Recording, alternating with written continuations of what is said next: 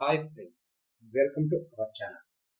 Crime thriller సినిమాలు ఇప్పుడు ఓటీటీలో బాగా ట్రెండ్ అవుతున్న విషయం తెలిసింది. భాషతో ప్రమేయం లేకుండా ఇటువంటి సినిమాలను ప్రేక్షకులు కూడా బాగా ఆదరిస్తున్నారు.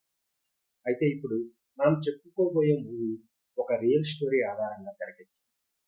ఓటీటీలో కూడా ఈ మూవీ దూసుకుపోతుంది. ఇందులో విజయ్ యాంటోనీ తన నటనతో మరోసారి మెప్పించాడు. ఆ మూవీ పేరేమిటి? ఎందులో స్ట్రీమింగ్ అవుతుంది?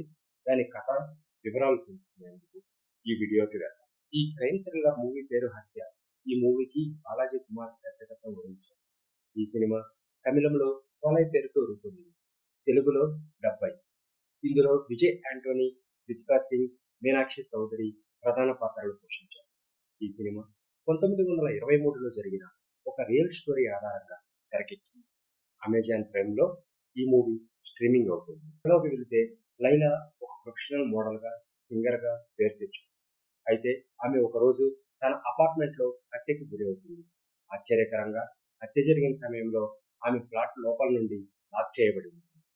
ఈ కేసును సాల్వ్ చేయడానికి కష్టంగా మారుతుంది. కొత్తగా వచ్చిన ఐపీఎస్ అధికారి సంధ్య మోహన్ ఈ కేసును ఛేదించే బాధ్యత తీసుకుంది. ఆమె దీనికోసం ప్రైవేట్ డిటెక్టివ్ అయిన వినాయక్ సహాయం కోరుతుంది.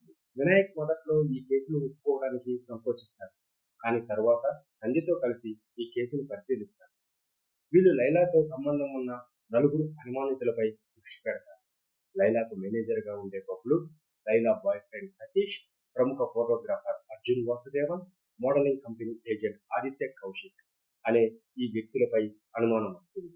సంధ్య, వినాయక్ ఈ అనుమానంలో విచారిస్తూ హత్య వెనుక ఉన్న రహస్యాలను వెలికితీసే ప్రయత్నం చేస్తారు. మరోవైపు వినాయక్ గతంలో చేసిన ఒక తీవ్రమైన తప్పు కూడా అతని వ్యక్తిగత జీవితంపై ప్రభావం చూపిస్తుంది. ఇది స్టోరీలో మరో కోణాన్ని చూపిస్తుంది. ఈ కేసును దర్యాప్తు చేస్తున్న కొద్దీ అనేక ట్విస్టులు, రివీల్స్‌తో స్టోరీ ఆసక్తికరంగా మారుతుంది.